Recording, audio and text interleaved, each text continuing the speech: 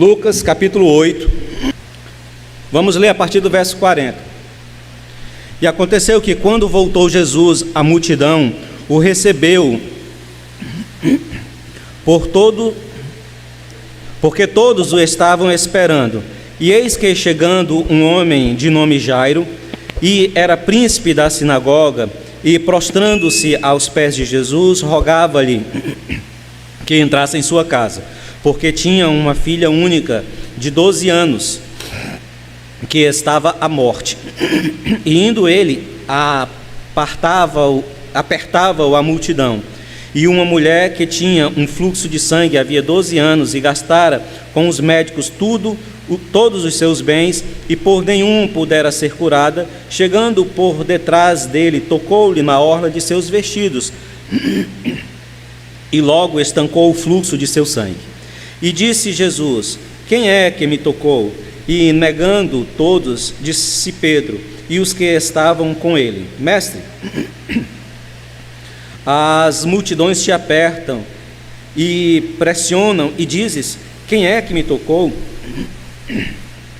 E disse Jesus: alguém me tocou, porque bem conheci que de mim saiu o poder. Então, vendo a mulher que não podia ocultar-se, aproximou-se e, temendo, se prostrou ante ele, declarando-lhe diante de todo o povo a causa por que havia tocado, e como logo sarara. E ele lhe disse: tem bom ânimo, filha, a tua fé te salvou, vai em paz. Estando ele ainda falando, chegou um dos príncipes da sinagoga, dizendo: a tua filha já está morta, não incomodes o mestre. Jesus, porém, ouvindo, respondeu-lhe, dizendo: não temas, crê somente e serás salvo. E entrando em casa, a ninguém deixou entrar, senão a Pedro, a Tiago e a João, e ao pai e à mãe da menina. E todos choravam e pranteavam, e ele disse: não chores, não está morta, mas dorme. E riram-se dele, sabendo que estava morta. Mas ele, pondo-os todos para fora, e pegando-lhe na mão, clamou, dizendo: levanta-te, menina. E o seu espírito voltou, e ela logo se levantou. E Jesus mandou que lhe dessem de comer. E seus pais ficaram maravilhados, e ele lhe mandou que a ninguém dissessem o que havia sucedido. Pai Santo, nós te louvamos por tua bondade e misericórdia, e por nos proporcionar este momento, Senhor, que nos agrupamos e nos reunimos nesse lugar para celebrar teu nome. Te peço graça, Senhor, nesse final de tarde, nesse começo de noite, para falar à tua igreja, Senhor, e expor, Pai, aquilo que tens colocado no meu coração em relação, Senhor, a este momento. Te peço que o Senhor me ajude a falar com clareza, com objetividade.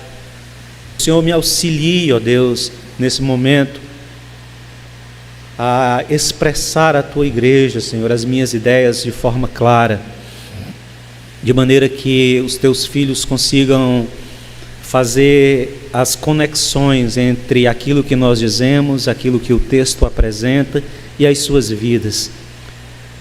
Te peço que o teu Espírito aplique, Senhor, as frases, as palavras e aquilo que será dito aqui como um instrumento, Senhor, de edificação para a minha vida e para a vida dos meus irmãos. De Cristo Jesus nós te pedimos, dai-nos discernimento, clareza para entender a tua palavra, mas não apenas para entender, Deus. Ajuda-nos a fazer a transição entre o discurso e a prática, entre a leitura do texto, a escuta do texto e a real efetivação da prática do texto na caminhada cristã diária. Nós te pedimos isso em Cristo Jesus, amém. O tema da nossa reflexão hoje, queridos, é histórias cruzadas. Quando eu dei o tema dessa reflexão, a Daça, minha filha, disse assim: esse não é o tema de um filme, não? Realmente é o tema de um filme. Histórias Cruzadas é um filme, tem na Netflix, você pode procurar lá a história de umas mulheres negras que servem à aristocracia branca, e elas começam a contar as histórias dela, e tem uma moça lá, que é uma moça branca, que recolhe as falas delas e as histórias delas e constrói um livro, e aí as histórias elas vão se cruzando, né, ao longo do desenrolar daquele filme. Mas não é sobre isso que nós vamos tratar. Eu escolhi esse tema porque o que nós vamos falar aqui são de histórias que se cruzam. Essa narrativa que nós acabamos de ler, ela trata de uma narrativa que aborda duas histórias, duas narrativas que se encontram, que se entrelaçam. Mas você vai perceber que, na medida que nós vamos discursar essa noite, nós também não vamos abordar diretamente esse texto específico, apesar de termos feito a leitura de todo ele, mas eu precisava fazer a leitura de todo esse texto para que você pudesse se orientar e se situar naquilo que nós vamos dizer aqui. Nós vamos, na realidade, tratar sobre as histórias que se cruzam na narrativa de Lucas, no capítulo 8 de Lucas, a história que vem em cima e a história que vem embaixo. Você vai entender um pouco se você ficar atento.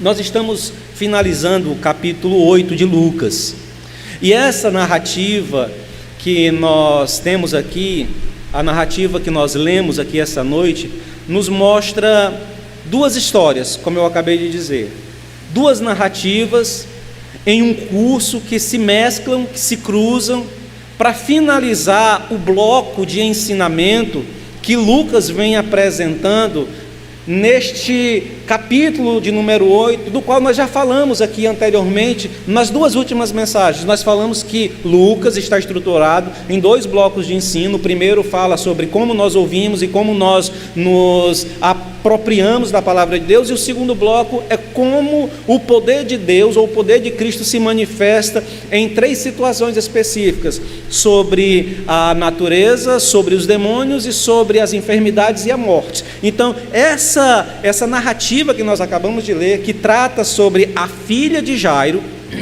e trata sobre a mulher do fluxo de sangue, é o fechamento desse bloco, que Lucas está nos apresentando o poder de Jesus. Em nossos estudos aqui nas quartas-feiras, eu já havia dito para os irmãos em alguns momentos que nós precisaríamos, ou que nós precisamos olhar para as Escrituras como nós estivéssemos olhando para cenas de uma história, cenas que vão se colocando. Os irmãos que estão aqui, que estão frequentando as quartas-feiras, vão lembrar disso, que nós já fizemos essa colocação.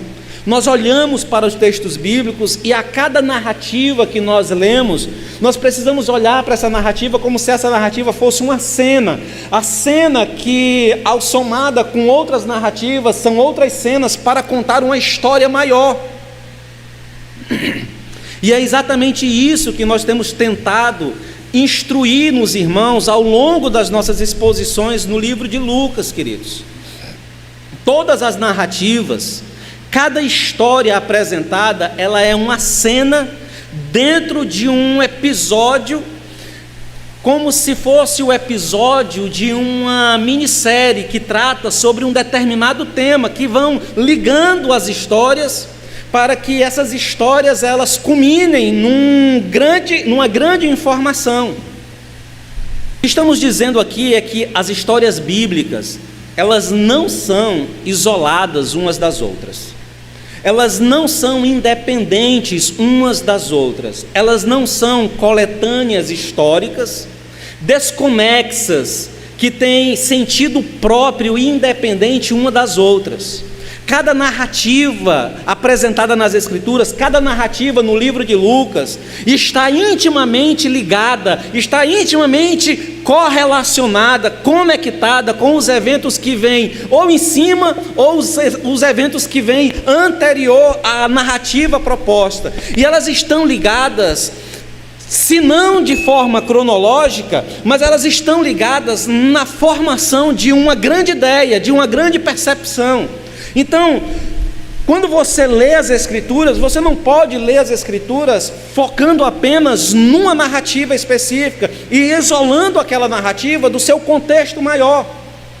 Quando eu digo olhe para as narrativas bíblicas como cenas, como se essas cenas formassem um episódio de uma grande história, de uma história maior, como uma minissérie que nós assistimos. Por exemplo, eu em casa, junto com a minha filha e com a minha esposa, nós estamos assistindo aquela minissérie que está na Netflix, que fala sobre a coroa da Inglaterra, conta a história da rainha Elizabeth. Nós estamos assistindo essas séries em família, essa série em família. Então, cada episódio dessa série vai construindo uma narrativa, vai construindo uma história maior, que conta a biografia da rainha Elizabeth da Inglaterra. Então, o que eu estou querendo dizer é que quando nós olhamos para as Escrituras, nós precisamos olhar cada texto, cada narrativa, como se cada texto fizesse parte de um bloco de ensino maior que conte uma história mais ampla. Elas vão evoluindo até chegar num clímax. É por isso, irmãos, que nós insistimos em fazer exposições das Escrituras de forma a seguir o fluxo das cenas que são apresentadas nas narrativas do livro. É por isso que nós insistimos a fazer exposições sistemáticas, sequenciadas de cada texto, porque nós entendemos que é somente seguindo o fluxo da argumentação do escritor, que foi inspirado pelo Espírito Santo a declarar essas informações, é que nós vamos conseguir entender, é que nós vamos conseguir compreender, é que nós vamos conseguir apreender todas as informações acerca de quem é Cristo e de qual é a sua obra e a sua missão para nós. E aqui, queridos, eu sei que você pode dizer assim, mas eu já sei quem é Jesus, mas eu já sei qual é a obra e qual é a missão de Jesus, eu estou na igreja há 20, 30 anos, eu já sei qual é a obra de Jesus, eu já sei quem é Jesus.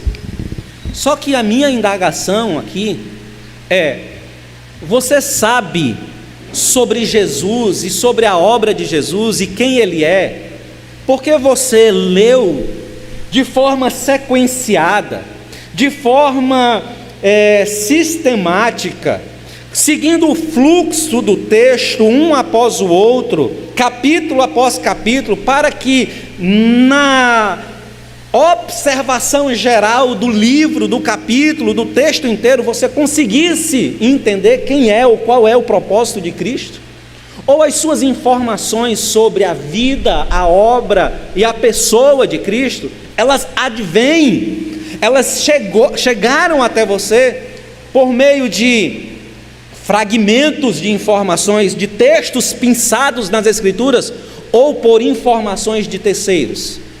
Terceiros estes que na grande maioria nunca leram a Bíblia de capa a capa, nunca tiveram uma percepção mais ampla e holística sobre toda a narrativa bíblica.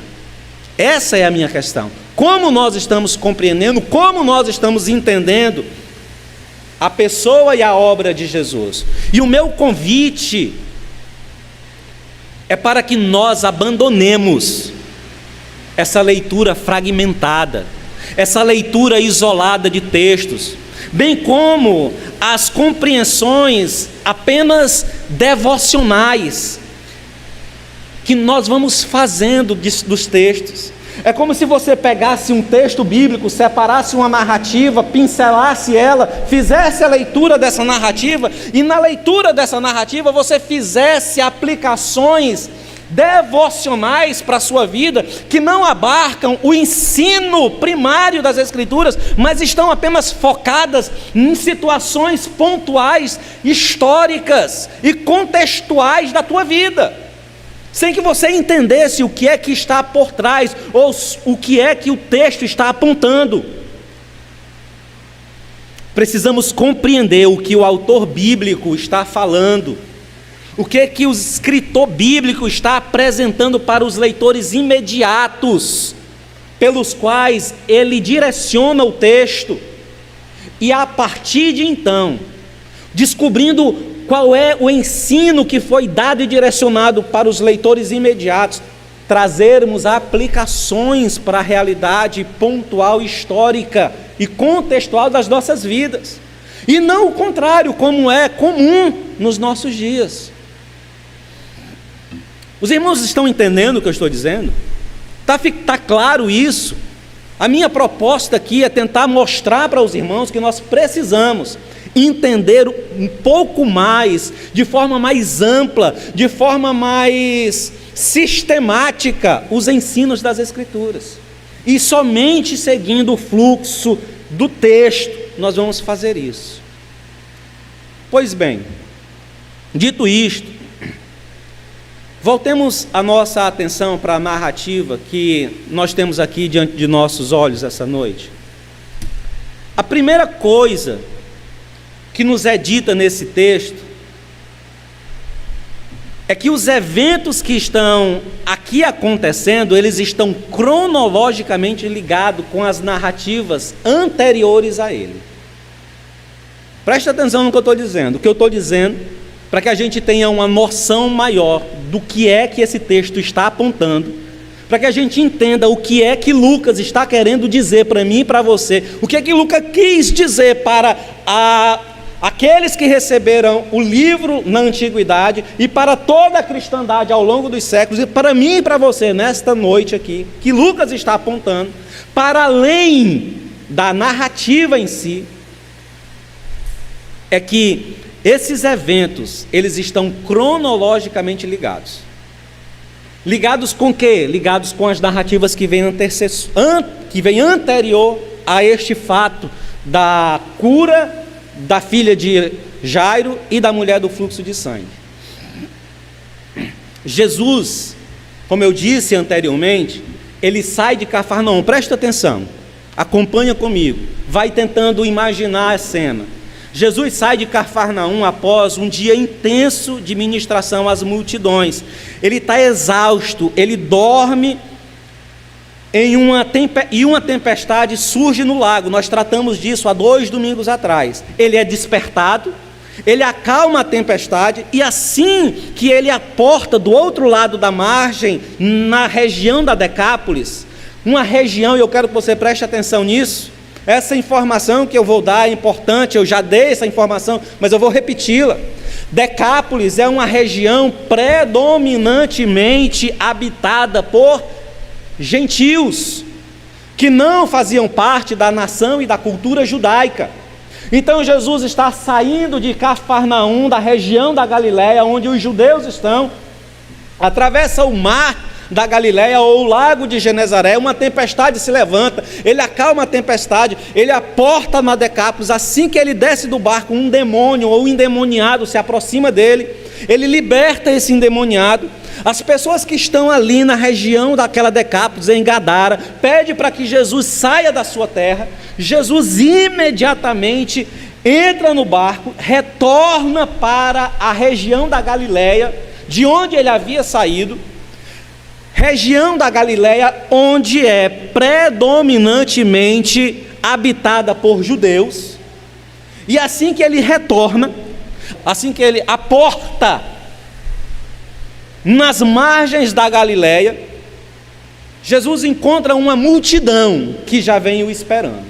Imagina ele vindo, observando já a terra, e uma multidão na praia já o aguardando. É o que o verso 40 nos aponta aqui.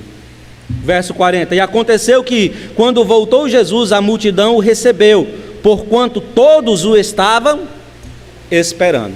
Então Jesus sai de Cafarnaum, da Galileia, vai para Gadara, Decápolis, chega lá, expulsa o demônio, retorna para Cafarnaum. Quando chega ali naquela região, tem uma multidão esperando por ele. E é aqui que começa a nossa narrativa. Procure criar a imagem aí, Jesus se aproximando das margens da praia e uma multidão o aguardando.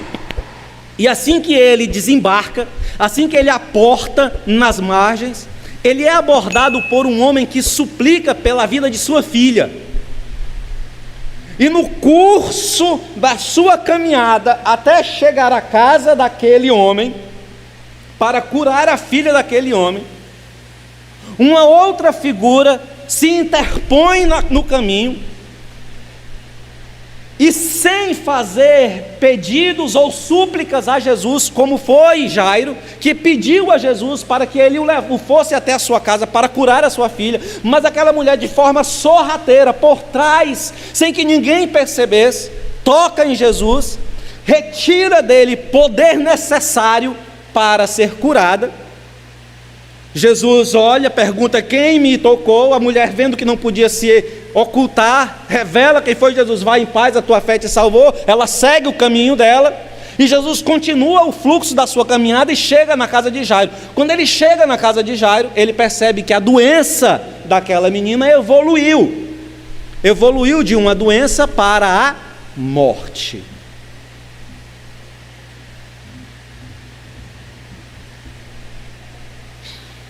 Jesus então toma a menina pelas mãos, ressuscita-a de dentre os mortos e a entrega a seu pai.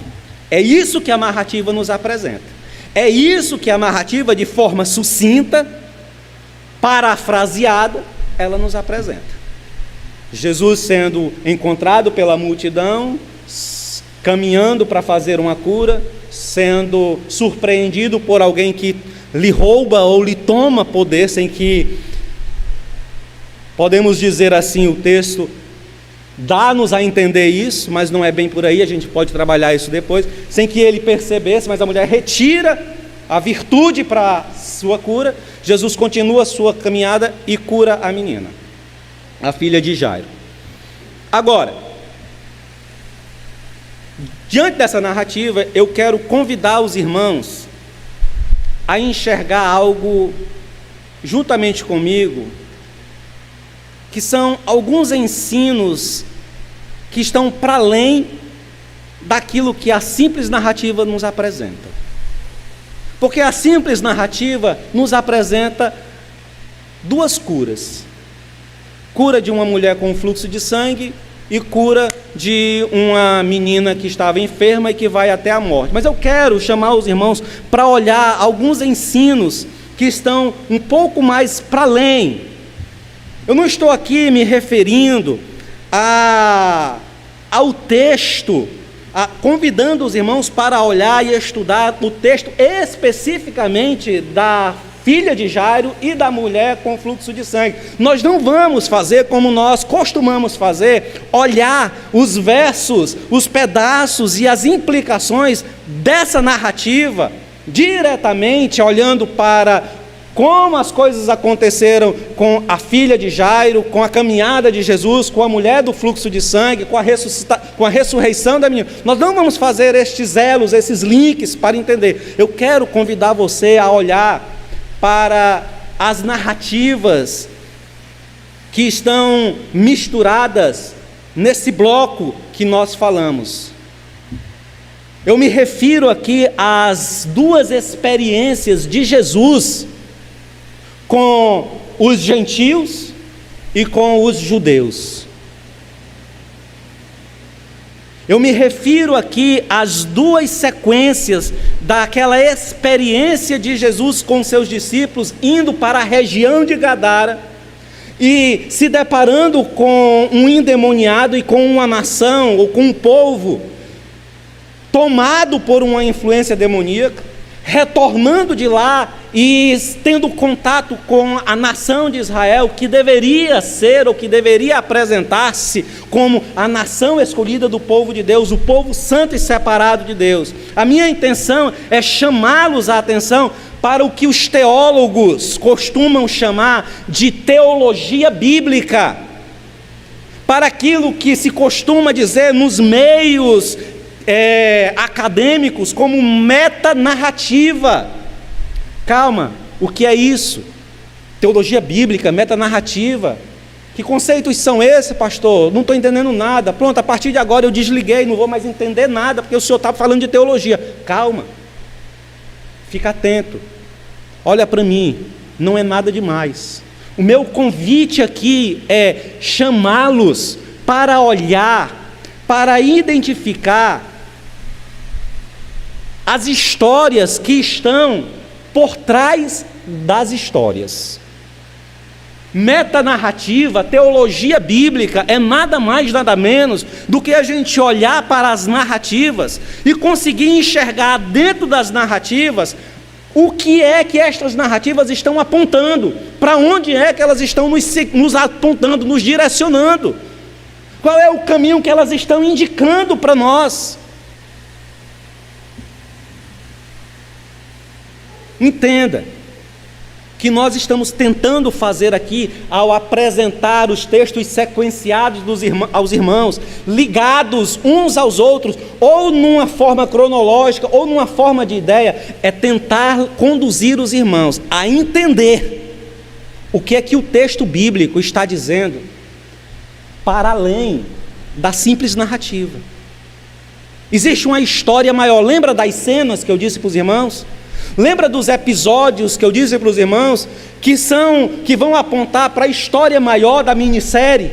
É isso que eu estou querendo apontar para vocês. E aí a minha pergunta é: qual é a história por trás dessas duas narrativas que Lucas está querendo nos instruir? A pergunta que nós precisamos fazer para entender isso é: qual é, ou o que Lucas, inspirado pelo Espírito de Deus, o que Lucas, quando tomou a sua pena, tomou os seus textos, agrupou as suas narrativas, o que é que ele estava pensando, o que é que ele queria construir, o que é que ele queria apontar, qual era a direção que ele queria nos dar, quando ele colocou estas narrativas juntas, num bloco só, num capítulo, para nos ensinar? Era só que Jesus tem poder sobre a natureza? Era só que Jesus tem poder sobre os demônios? Era só que Jesus tem poder sobre a vida e sobre a morte? Era isso? Porque essas são as informações que nós tratamos nos outros textos, nas outras mensagens, aqui de cima desse púlpito. Mas agora eu quero vos mostrar que falar sobre o poder de Jesus contra as potestades, falar do poder de Jesus sobre a natureza e falar do poder de Jesus sobre as enfermidades e sobre a morte, aponta para um ensino muito mais amplo, para um ensino muito maior. E esse ensino muito mais amplo, esse ensino muito maior, é o que nós chamamos de teologia bíblica, é o que nós chamamos de metanarrativa. Então o que é que Lucas estava nos dizendo quando ele coloca o texto de Jesus acalmando a tempestade, chegando em Gadara, expulsando um demônio, retornando para Galileia, e na Galileia curando uma mulher com fluxo de sangue e curando uma pessoa, uma menina, uma jovem que estava já morta? O que é que Lucas está nos apontando? Qual é a história maior por trás dessas narrativas? Primeiro, Lucas está querendo nos dizer que toda a humanidade está profundamente manchada com a marca da impureza. Vou explicar. Os irmãos que estavam aqui domingo lembram, em nosso sermão, que nós enfatizamos a distinção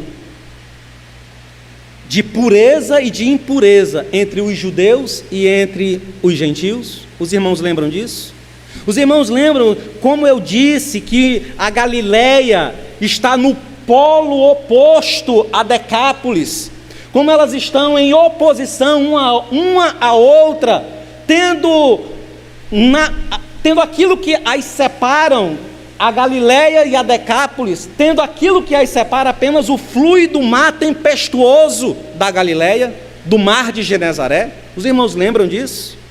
Então, aqui está a Galileia e aqui está a Decápolis, e no meio delas nós temos um lago, que é um lago intempestuoso, que a experiência comum dos pescadores nos apontam que há tempestades lá continuamente.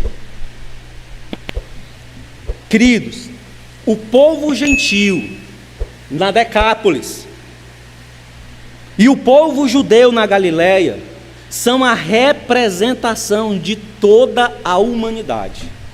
E essa sequência da narrativa de Lucas nos mostra que Jesus, entre gentios e entre judeus, que tanto entre gentios como entre judeus, que tanto a sua experiência entre os gentios como a sua experiência entre os judeus é uma experiência de vida que demonstra, tanto em judeus como em gentios, uma profunda experiência com a impureza. O que Lucas está nos apontando é que a experiência de Jesus no meio da humanidade, que a vivência de Jesus entre os homens, sejam eles gentis, sejam eles judeus, povo escolhido por Deus, é uma experiência marcada nestes homens, nesta humanidade, por impureza. Observe, a narrativa dos eventos que ocorreram lá em Gadara, cidade marcada pela impureza por 3 níveis, nós falamos aqui no sermão passado. A cidade de Gadara, que é a cidade dos gentios, a cidade de Decápolis, ela está tomada pela influência de demônios. É uma região tomada pela influência de demônios. Legiões de demônios influenciam a vida social daquela comunidade. Aquelas cidades, elas eram comércio ela experimentava um comércio de impureza. Nelas havia a venda e a negociação e a criação de porcos, dos quais a lei nos indica que é um indício de impureza para um povo. Além de ser dominada por demônios, além de ter comércios impuros, aquela cidade existia indivíduos ou um indivíduo, e se a gente olhar para outro texto que fala sobre o endemoniado gadareno, o texto nos dirá que não era apenas um, mas eram 2, que viviam na cidade nu, mostrando a sua nudez para as pessoas, e aquilo era banalizado. Além de aquele homem, na sua experiência de vida no meio da sociedade, também vivia entre os sepulcros, entre os mortos, e voltava para as cidades, e ia para os desertos, e voltava para os sepulcros. E o contato com os mortos também demonstra profunda impureza. Então, a cidade dos gentios era uma cidade marcada pela impureza, pelo domínio dos demônios, pelo comércio de porcos, pela nudez expressiva do endemoniado gadareno, e pelo contato com os sepulcros e os cemitérios. Agora, em contrapartida, Jesus entre os judeus, que é o povo de Deus, povo separado, povo puro, povo santo, entretanto, este povo também partilhava de uma condição de impureza. Não são poucos os relatos bíblicos que falam de doenças na nação de Israel, que lhes deixavam impuros, tanto socialmente como cerimonialmente. Para você ter noção, um judeu, se ele saísse de casa, se ele botasse os pés fora de casa, quando ele retornasse, ele precisava fazer uma purificação, porque o simples fato de ir à rua já lhe deixava impuro. Os relatos do apego da cultura judaica para lavar os pratos, para lavar os copos, para lavar as mãos antes das refeições, demonstrava um senso de impureza, de permear a impureza na sua cultura e na sua sociedade. A narrativa que nós lemos aqui, ela nos indica pelo menos duas experiências notórias dessa experiência de impureza. Primeiro, a mulher do fluxo de sangue. Uma mulher que tinha uma enfermidade essa que lhe consumia a saúde e o vigor, fazendo com que ela derramasse sangue continuamente. É como se o seu ciclo mensal não parasse, fosse contínuo. Agora eu quero lhe convidar a ler Levítico capítulo 15, verso 19, diz assim: quando uma mulher tiver fluxo de sangue que sair do seu corpo, a impureza da sua menstruação durará 7 dias, e quem nela tocar ficará impuro até a tarde. Esse texto está mostrando que a experiência das mulheres na sua vida cotidiana, na sua vida comum, lidava pelo menos uma vez por mês o infortúnio de estar impuro, ou de estar impura cerimonialmente e socialmente. Mas o texto que nós acabamos de ler da mulher com fluxo de sangue a tornava impura não apenas um dia, não apenas 7 dias, mas sua vida inteira. Em segundo lugar, nós encontramos uma menina morta. Em seu estado, nós poderíamos afirmar que essa menina está experimentando a impureza e a corrupção da vida no estado mais severo e extenso, porque já não existia vida naquele corpo. E para você ter noção como a lei sobre o contato com os mortos era, a lei da purificação para quem mantinha contato com os mortos exigia que a purificação fosse uma purificação dupla, ou seja, uma purificação de processos, uma purificação que não se fazia apenas com rito comum, mas era uma purificação que precisava de um processo até você realmente se ver livre daquela impureza. E como era? Abra aí sua Bíblia em Números 19, capítulo 19, versos 11 e verso 12, diz assim: aquele que tocar em alguma pessoa morta se tornará impuro durante 7 dias. Portanto, deverá purificar-se com essa água lustral no 3º e no 7º dia. Então será considerado novamente puro. Contudo, se não se purificar no 3º e no 7º dia, não estará livre da impureza que adquiriu. Entendeu, queridos? A experiência da nação de Israel, que é a experiência do povo santo, do povo escolhido, do povo de Deus, também era uma experiência com a impureza.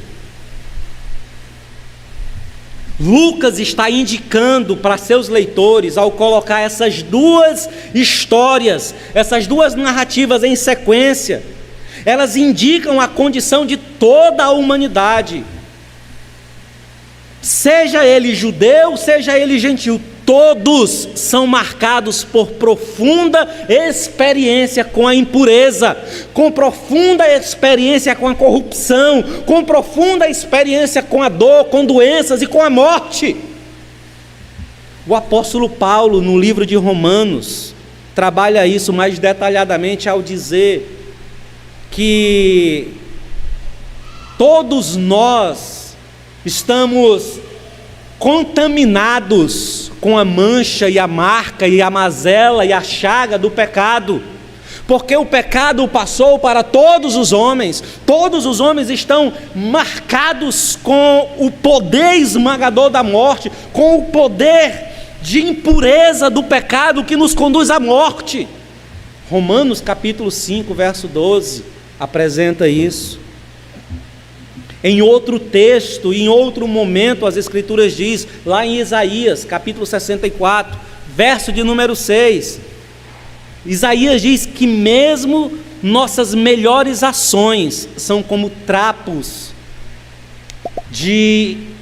impuros, trapos de imundícia, que se tornam impuros e sujos após o uso das mulheres, quando elas estão no seu ciclo mensal.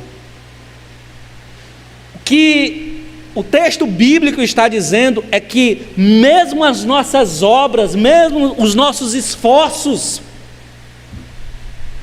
são diante de Deus como coisas impuras, sujas, por causa da marca e da mancha do pecado que nos faz ter uma experiência de impureza sobre esta terra. Portanto, querido, estamos todos, indiscriminadamente, todos, judeus ou gentios, todos, impuros, separados de Deus, sem esperança nesta vida de sermos purificados pelos nossos esforços, de sermos purificados nessa vida pelas nossas boas obras, de sermos purificados da nossa impureza pela nossa piedade, de termos assim a condição de retornarmos à nossa comunhão para com Deus, porque a mancha do pecado e da impureza abraça-nos na condição humana. Quando Lucas apresenta as duas narrativas, quando ele cruza essas duas narrativas, as narrativas de Jesus indo para a cidade de Gadara, a cidade dos gentios, olhando para uma cidade impura, profundamente impura, e voltando para a experiência do povo de Israel, mas mesmo a experiência do povo de Israel tendo contato com morte e com doenças de sangue, de impureza, Lucas está nos apontando que toda a humanidade, representada em gentios e em judeus, estão vivenciando sua experiência sobre esse chão, marcados pela impureza.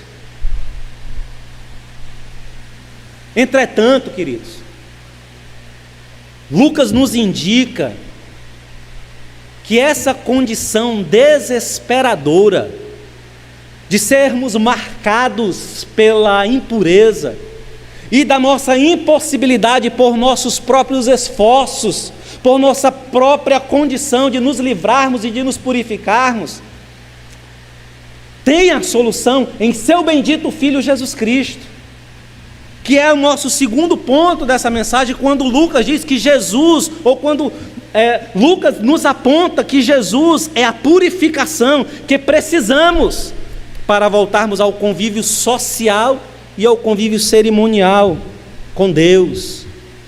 Observe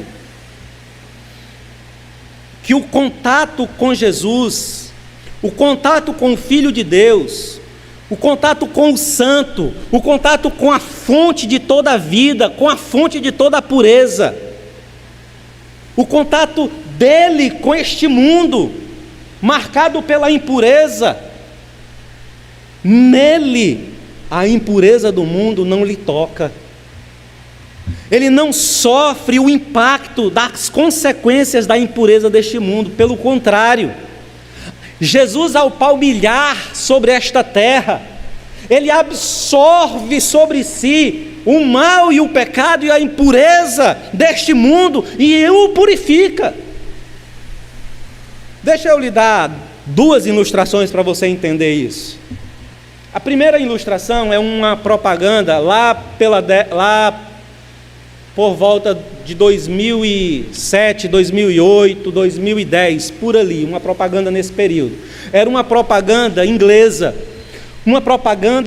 que tratava da evangelização, e essa propaganda apresentava a evangelização dentro de um molde, dentro de uma perspectiva mais moderna. Como era que ela fazia isso? Ela apresentava Jesus tocando em pessoas que estavam profundamente marcadas pela angústia, pela dor, pelo sofrimento, por doenças. E eram doenças das mais diversas, eram problemas emocionais, eram problemas de saúde física, eram problemas de caráter moral, eram problemas diversos. Então Jesus ia passando por essas pessoas, ia tocando nessas pessoas, e à medida que ele tocava nas pessoas, essas pessoas imediatamente saíam do estado em que se encontrava de sofrimento, de dor, de angústia, de doença. E à medida que essas pessoas ficavam curadas, livres, libertas, se gravava uma tatuagem na pele de Jesus. E ele saía e você observava que as tatuagens se multiplicavam na sua pele. Entretanto, nós sabemos que a tatuagem é uma marca que fica no corpo para sempre, sim ou não? Você só consegue retirar isso se for à base de laser, e você sofre as consequências com cicatrizes. Mas quando Jesus se afastava daquelas pessoas, em alguns segundos aquelas tatuagens elas eram retiradas e desapareciam do corpo de Cristo, mostrando que Jesus era aquele que absorvia as dores, que absorvia os problemas, que libertava as pessoas e que tomava sobre si, sobre as suas costas, sobre os seus lombos, as dores e as enfermidades desse mundo, mas que as dores e as enfermidades desse mundo não tinham poder sobre ele, sobre seu corpo e sobre sua vida. Essa era a mensagem. Qual é a segunda? Você conseguiu visualizar isso? Agora, a segunda ilustração. A segunda ilustração é... Imagina um oceano. Um oceano com águas límpidas, luz, azuis, né? Aquela água limpa, bonita. Esse oceano é o nosso Senhor Jesus Cristo. E os nossos pecados, as nossas dores, as nossas impurezas, os nossos males são gotas imundas que são jogadas nesse oceano. O que você acha que gotas de sujeira, de impureza, afetarão num oceano límpido? Não afetarão em nada. Pelo contrário, as gotas de impureza serão purificadas pelas imensas águas puras do oceano. É isso que nós estamos querendo apresentar para os irmãos, que Lucas está dizendo que Cristo, ao tocar nas pessoas, ao adentrar neste mundo e ao experimentar a vida com os homens que são homens impuros, ele não se torna impuro, mas a sua pureza, pelo contrário, faz com que a nossa impureza seja purificada.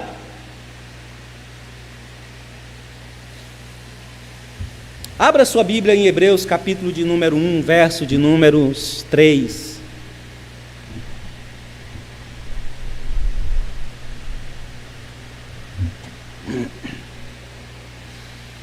Ele diz: Ele que é o resplendor da glória e a expressão exata do seu ser, sustentando tudo o que há pela palavra de seu poder, depois de haver realizado a purificação dos pecados, ele se assentou à direita da majestade nas alturas.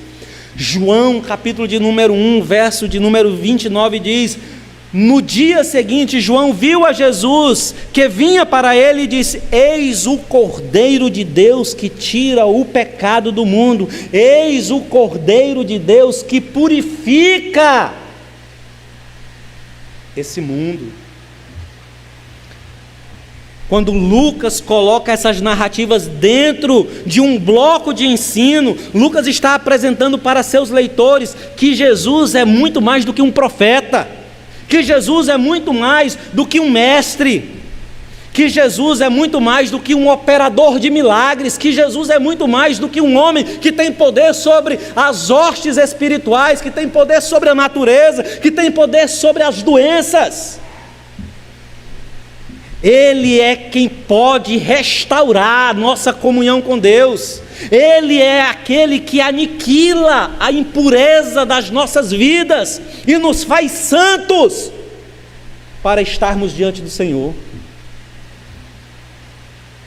2 Coríntios, capítulo de número 2, versos 18 e 19, o apóstolo Paulo diz: tudo isto provém de Deus, que nos reconciliou consigo mesmo por intermédio de Cristo, nos ortogou o ministério da reconciliação, pois Deus estava em Cristo reconciliando consigo mesmo o mundo, não levando em conta as transgressões dos seres humanos, e nos entregou, ou nos encarregou, nos deu a responsabilidade da mensagem da reconciliação.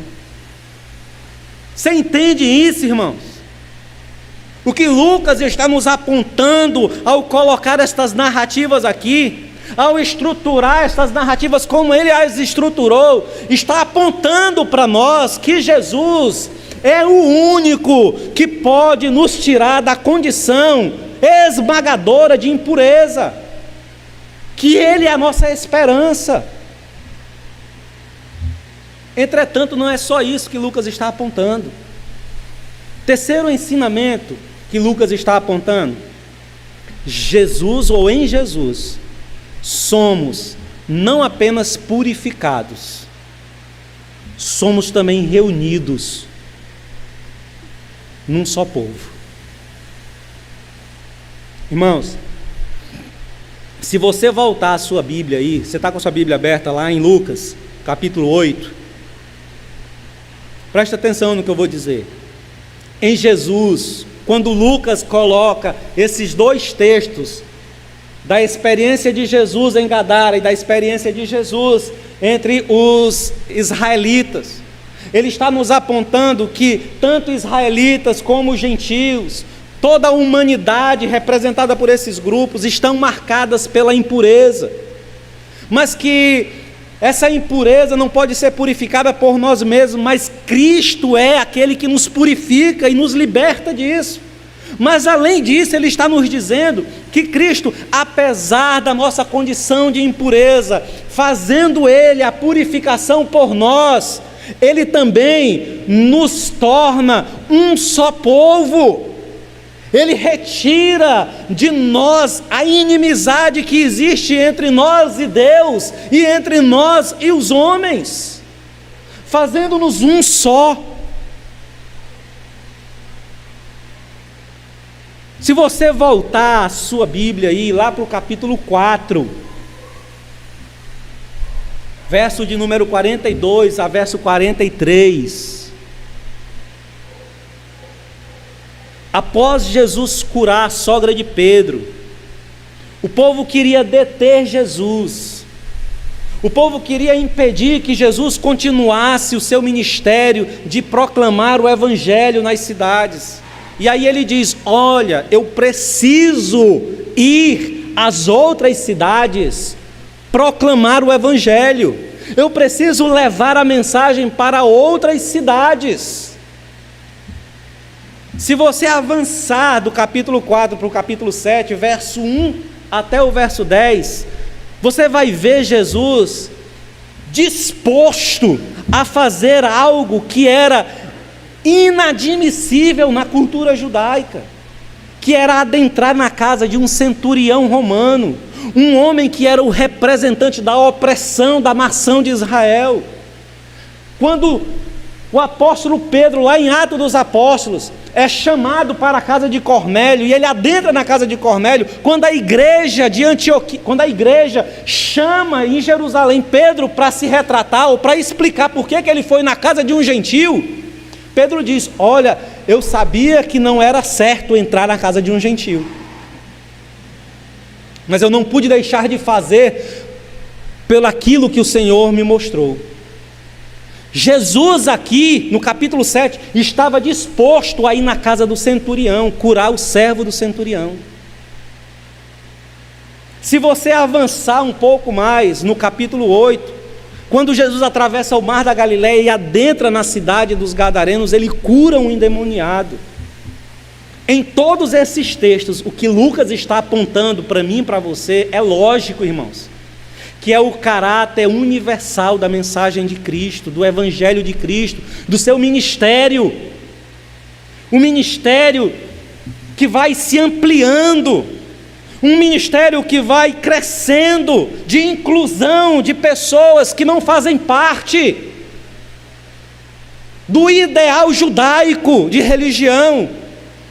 Você vai ver no capítulo 7, no verso 24 a 30, Jesus incluindo a mulher cirofenícia. Você vai ver em Atos dos Apóstolos, capítulo 2, verso 8, Jesus dizendo: vocês serão minhas testemunhas, Jerusalém, Samaria, confins da terra. Você vai ver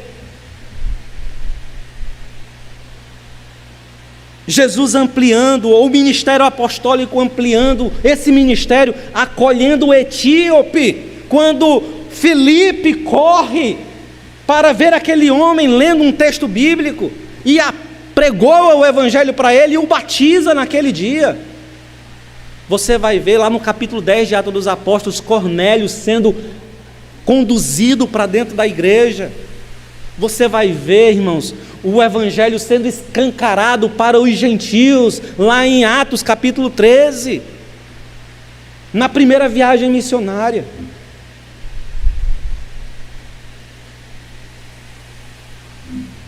Jesus Cristo, ou seja, em sua vida, em seu ministério, somos não só reconciliados com Deus, como nos é indicado no capítulo 2 em 2 Coríntios capítulo 2, que nós acabamos de dizer que Ele nos reconciliou e nos entregou o ministério da reconciliação. Mas nele nós não somos apenas reconciliados, também somos reunidos num só povo. Nele encontramos não só a purificação das nossas impurezas, mas também nele se desfazem as inimizades, as guerras e as indiferenças, irmãos.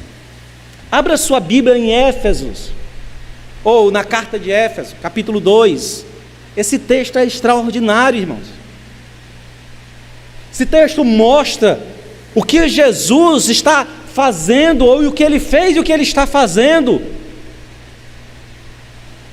nos purificando daquilo que nós somos impossíveis de ser purificado por nossos esforços. Ele mesmo faz isso por nós, e depois de fazer isso por nós, Ele nos une num só povo.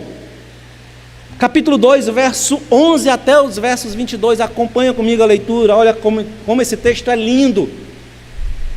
Esse texto devia ser decorado, lido, recitado por nós diariamente, carregado no coração e na lembrança. Olha só, ele diz: portanto, lembrai-vos de que vós, noutro tempo, eras gentios na carne, e chamados incircunciso ou incircuncisão, pelos que na carne se acham circuncisão, ou que se chamam circuncisão, feita pela mão dos homens, que naquele tempo estavas sem Cristo, separados da comunidade de Israel, estranhos às alianças da promessa, não tendo esperança e sem Deus no mundo.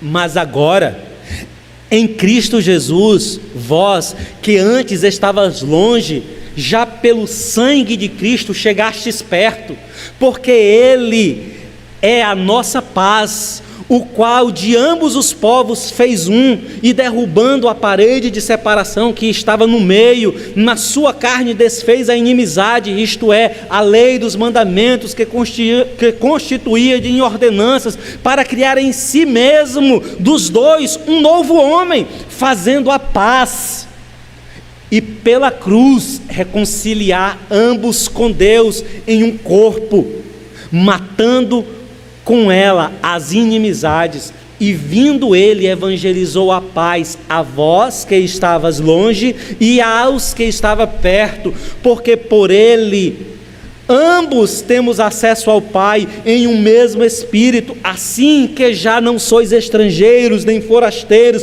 mas concidadãos dos santos, da família de Deus, edificados sobre o fundamento dos apóstolos, dos profetas, de que Jesus Cristo é a principal pedra de esquina, no qual todo edifício bem ajustado cresce para templo santo no Senhor, no qual também vós juntamente sois edificados para a morada do Deus em espírito.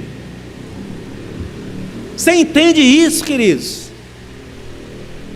O que Lucas está nos apontando, o que Lucas está nos apresentando, ao estruturar as suas narrativas, é nos mostrar uma história muito mais ampla, é nos indicar que nós estamos profundamente marcados pela impureza, e que esta impureza só pode ser retirada pela pessoa bendita de Cristo Jesus, e que quando Ele faz essa remoção da nossa impureza, Ele remove a nossa impureza, nos reconciliando com Deus, e ao mesmo tempo nos reconciliando com todos os homens, retirando as inimizades, as indiferenças, e formando um povo santo para Ele.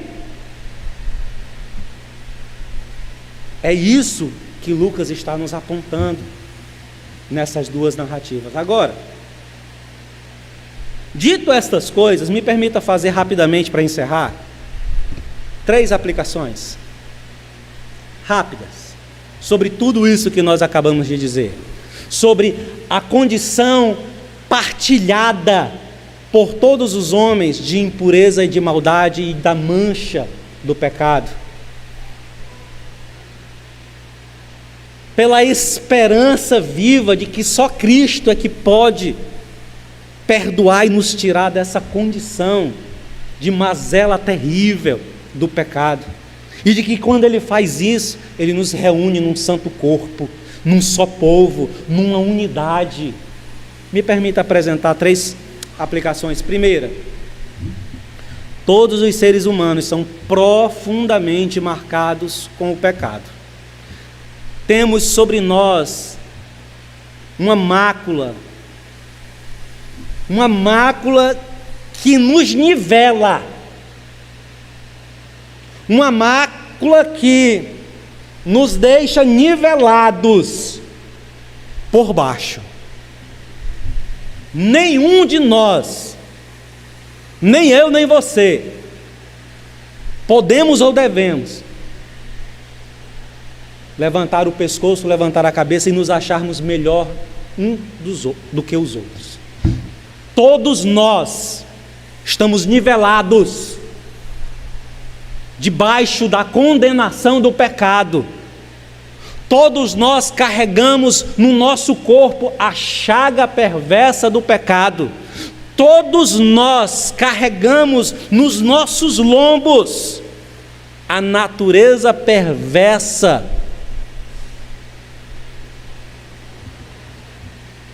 que nos inclina para aquilo que é mal. João diz que não há uma só pessoa que não seja pecadora e que não peque. João diz que não há uma só pessoa sobre a terra que não seja impura, que não seja perversa, que não seja orgulhosa, que não seja egoísta, que não seja tomada de autojustificativas.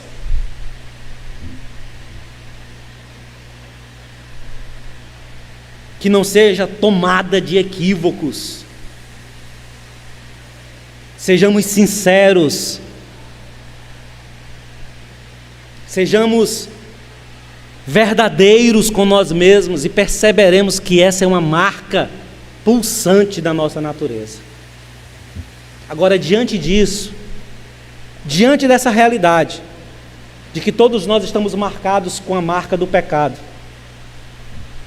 o meu convite é: sejamos mais condescendentes, sejamos menos opressores uns para com os outros, tratemo-nos mutualmente uns aos outros em amor, entendendo que somos, como diz o ditado, todos farinha do mesmo saco. Se todos somos farinha do mesmo saco, por que, irmãos, que nós costumamos apontar o dedo? Por que que nós costumamos nos colocar sobre o outro, sobre a fraqueza e a fragilidade do outro, como se nós fôssemos estátuas, jamais sujeitas à queda ou à ruptura ou à corrupção? Porque somos ávidos em apontar pecados de A, B ou C ou D. Se existe, como Cristo nos aponta, uma trave em nós, não me interprete mal. Não pense que a minha fala aqui é uma fala de autorização para termos uma vida desregrada, tomada no pecado. Não, longe disso. Mas a minha fala aqui nesse sentido é: por que somos tão ávidos para apontar erros dos outros, quando nós não olhamos e percebemos a nossa maldade? Não tratamos o nosso pecado, não tiramos a trave do nosso olho, não cuidamos da impureza do nosso coração.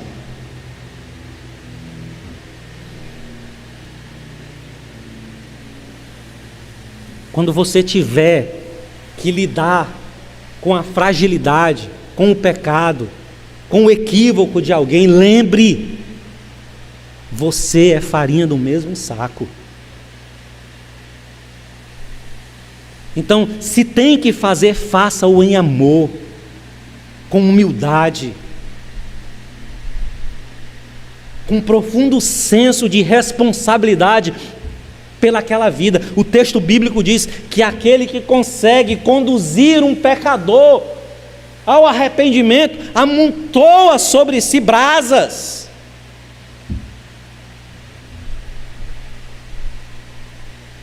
Segunda aplicação: voltemo-nos para Cristo, confiemos nele, pois confiemos nele, porque ele é o único, irmãos, é o único que pode purificar-nos, é o único que pode restaurar-nos, é o único que pode nos guardar, é o único que pode nos apresentar irrepreensíveis diante de Deus o Pai. Voltemo-nos para ele, irmãos, porque é que eu e você, sabendo que Cristo é o único que nos guarda, que nos protege, que nos purifica, que nos ergue, que nos levanta, por que, irmãos, caminhamos tão distante de sua face?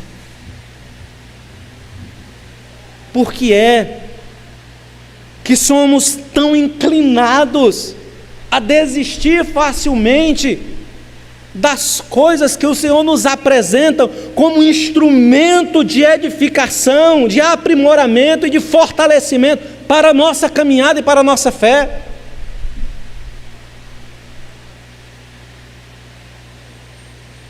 Não importa o tamanho da impureza, presta atenção no que eu vou dizer, não importa o tamanho da impureza que você se enfiou, não importa o tamanho do pecado em que você está entranhado, envolvido, nesse exato momento, não importa. Não importa o quanto as tuas ações, a tua vida já foram consumidas, quanto da tua saúde espiritual já escorreu diante do teu corpo, ou de dentro do teu corpo, assim como aquela mulher do fluxo de sangue, que perdia as suas forças. Não importa se a tua vida já está morta como a filha de Jairo, não importa. Se você correr para Cristo, Ele pode restaurar a tua vida, assim como Ele fez. Irmãos, nós precisamos tirar as Escrituras do âmbito do discurso. Nós precisamos tirar a Bíblia do âmbito da argumentação e trazê-la para a realidade da nossa vida, da nossa experiência pública. Preste atenção no que eu vou lhe dizer. Jesus, enquanto vivia sobre este chão, no estado de humilhação na carne, a Bíblia diz que ele se fez como homem, menor do que os anjos, num estado de humilhação. Mas nesse estado de humilhação, aqui palmilhando sobre a terra, ele fez prodígios, milagres, maravilhas, curas, transformou vidas. Todas as vezes que orou a Deus, Deus o respondeu, sim ou não? João, capítulo de número 17, diz que Jesus orou pelos discípulos e orou por mim e por você.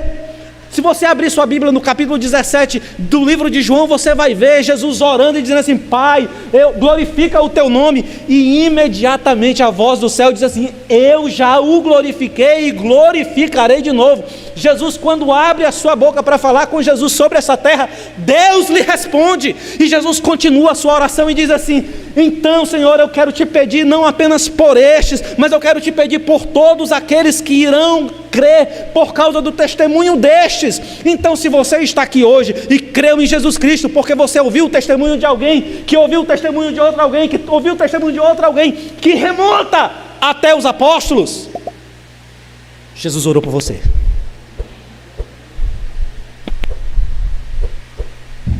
Agora preste atenção. Se Jesus orou por você em vida, e se você sabe que Jesus em carne orou por você, e a resposta de Jesus vinha de imediato da parte dos céus, o que diremos daquilo que Jesus está fazendo agora na eternidade, diante do trono da eternidade, do qual o texto de Hebreus no capítulo 4, que ele está apresentando intercessões e sacrifícios diante da majestade do trono da graça, por mim e por você, eternamente, e de que deste trono, deste lugar onde ele está, ele concede favor, ele concede graça, ele concede as oportunidades e a condição necessária e a força necessária para que eu e você sobreviva sobre esse chão. Então me responda uma coisa: vamos tirar as escrituras do discurso e vamos nos apegar à verdade do Evangelho. Jesus me dá, a mim e a você, condição de vivermos aquilo que Ele disse, uma vida abundante. Ele nos dá condição de vivermos uma vida de plena santidade e santificação. Ele nos concede poder e ajuda para palmilharmos nesse chão, de forma a representarmos o seu santo corpo sobre este chão.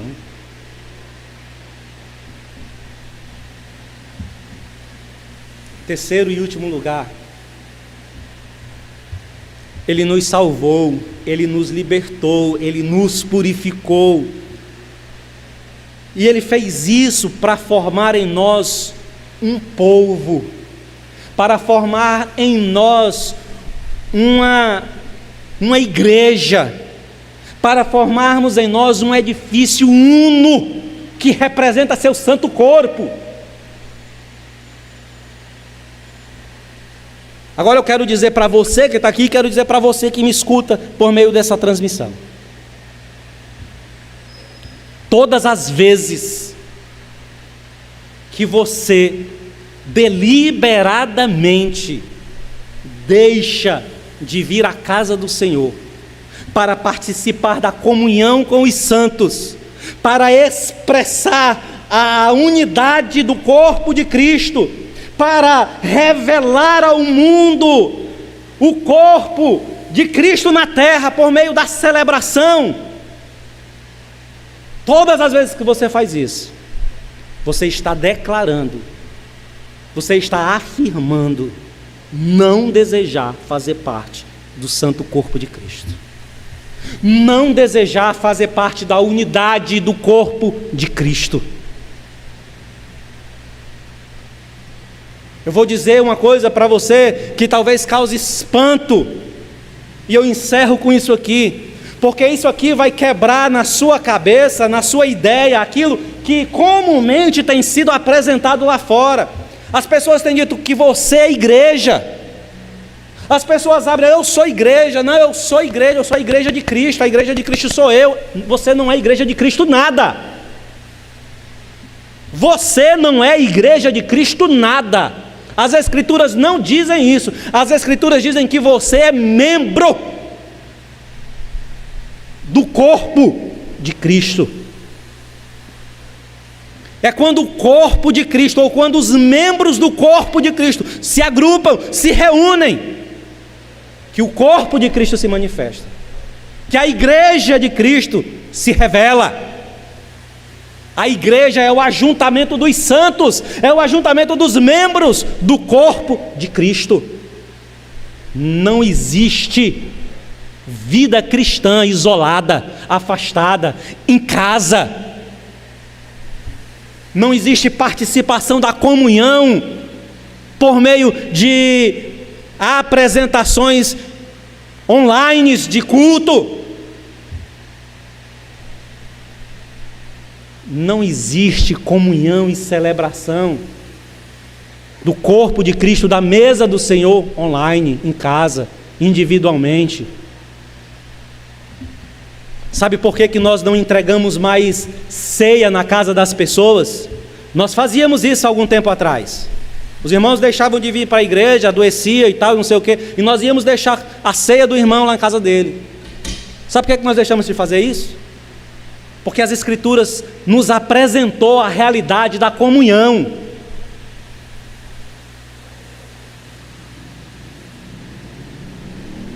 Quem está em casa não está em comunhão, não está tendo relacionamento com o corpo de Cristo.